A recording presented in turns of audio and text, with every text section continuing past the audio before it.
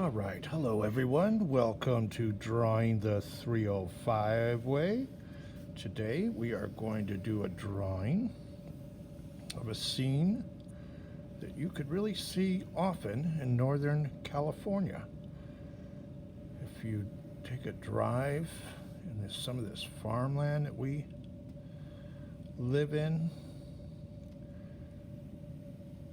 which I love to do. I think it's just really beautiful. So here's another horizon line, yet another horizon line, and I'm going to put right here a little dot that's going to be my vanishing point. So using a ruler, I'm going to line up this canal. So I'm using linear perspective to make this drawing. We're going to get more into linear perspective soon, but basically anything made by humans uses linear perspective. That helps us to see it in perspective. So this is one of these irrigation canals you see in the farmlands here, especially in Northern California. Well, throughout California, but there's a lot of them here in Northern California. And it's one of the reasons we have such an abundance of agriculture here. So there's basically the canals that we're going to be working with, and I'm going to put in some cypress trees, a series of cypress trees. Cypress trees, not only do they grow really well here in Northern California, they're super easy to draw. Let's put a second one here. So we want to keep them all on the same level.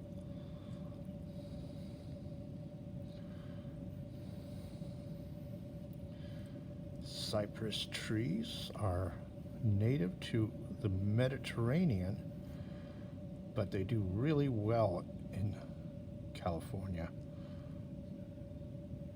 They grow fast, and you can grow them really close together, and some people use them just to literally create a wall.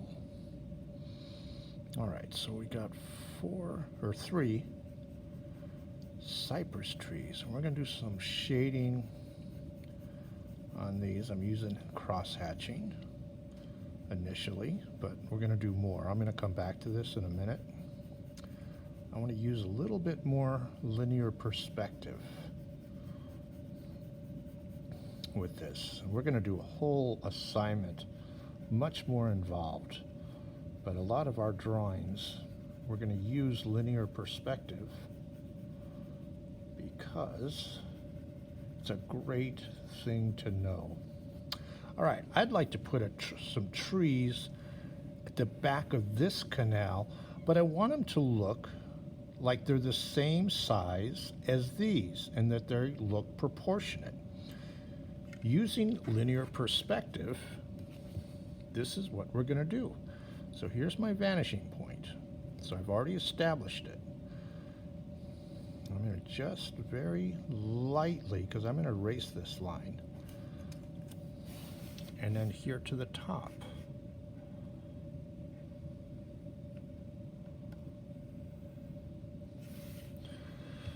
So within this triangle, that's where I know my next cypress tree is going to go. So I want it to be kind of here on the corner. So here's my tree stump.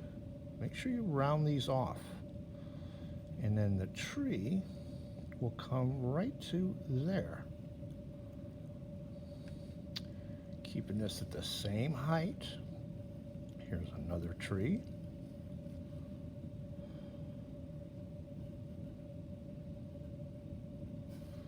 And moving right along.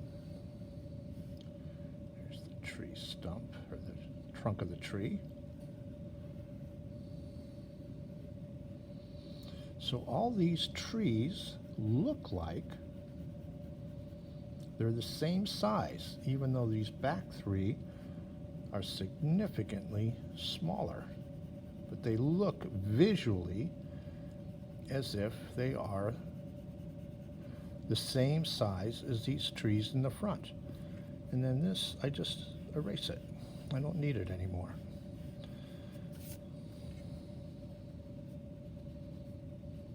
We're just using that as a guideline.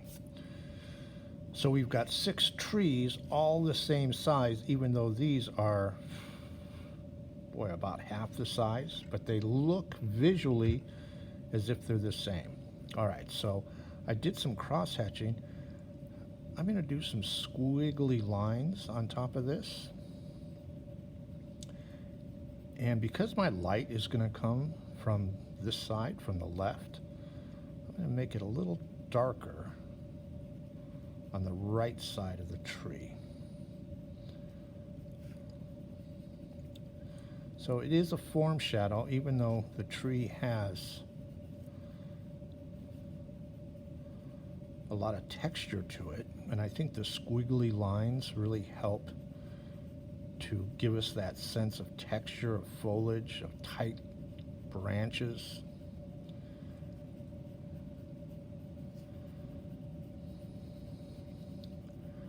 Cypress trees. This could either be a plus or a minus in your eyes. Critters love cypress trees. They love to make nests in cypress trees. So a lot of people don't like cypress trees in their backyard because it's the home for a lot of squirrels and mice and just furry little mammals that like to climb up, and it's so tight they feel safe, and they make their home in these cypress trees. Otherwise, they're a really great tree because they grow fast, they're tall, they can put a lot of them together. You can make a wall of green. And they are, I think, attractive.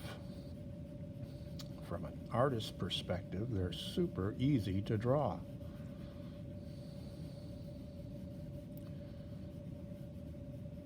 You can see the squiggly lines really helps kind of give it that texture as if this is foliage.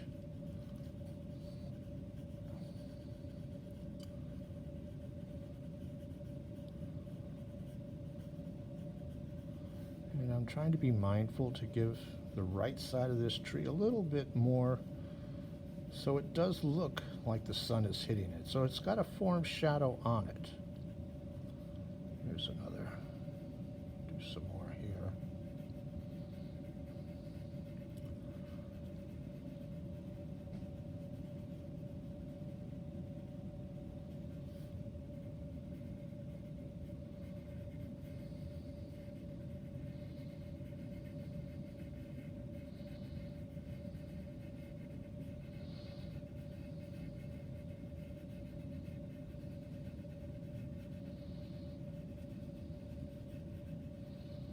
You can make these thicker if you want to. I wouldn't be opposed if you wanted to replace these cypress trees with palm trees if you prefer. And let's put some form shadows here on these trunks. Make sure your cast shadows are all going in the same direction. It's going to go off into the canal and even into the water.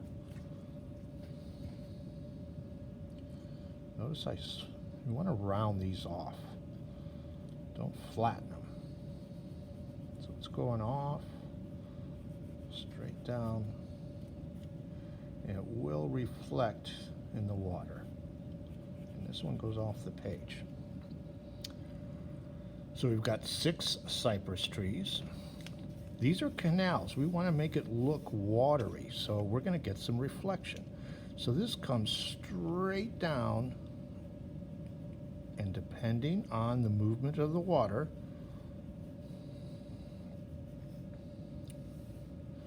straight down. Sometimes, we've mentioned, if the water is perfectly still, you'll get a mirror image, but oftentimes water moves, and so the reflection moves and it's broken up.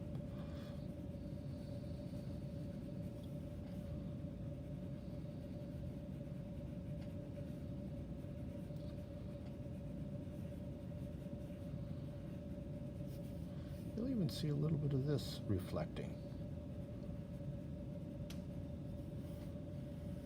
Just comes straight down, straight down. Wouldn't be Northern California without some of these hills that we see in the background. Lightly putting in some shading.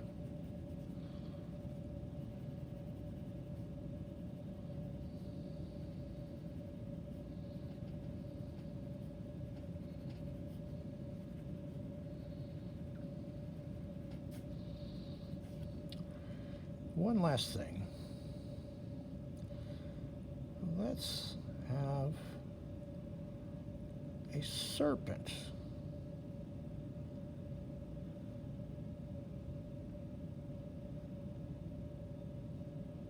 Swimming along.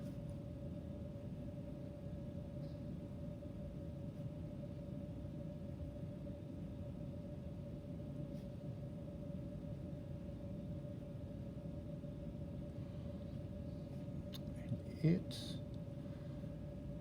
too will be shaded.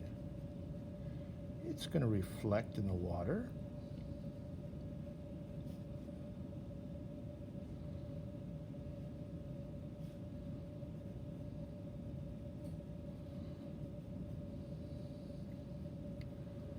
I don't know. I'm from. My ancestors came from Scotland. I don't know about that Loch Ness monster. I'm a skeptic, but it'd be pretty cool if such creatures existed.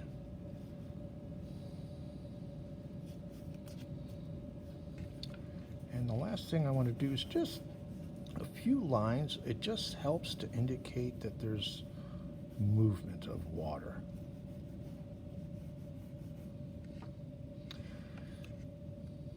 We could add some color and some fields to this. But for right now, I would like you to just work on the linear perspective, the simple linear perspective of the canal lining up these trees. They're all the same height.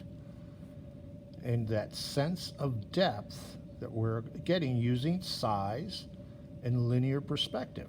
We're still using form shadows, cast shadows. We've got some water reflection, so we're working on learning how to have things look like they reflect in water, and a nice sea monster. All right, thanks everyone. Have a great day. We'll see you soon.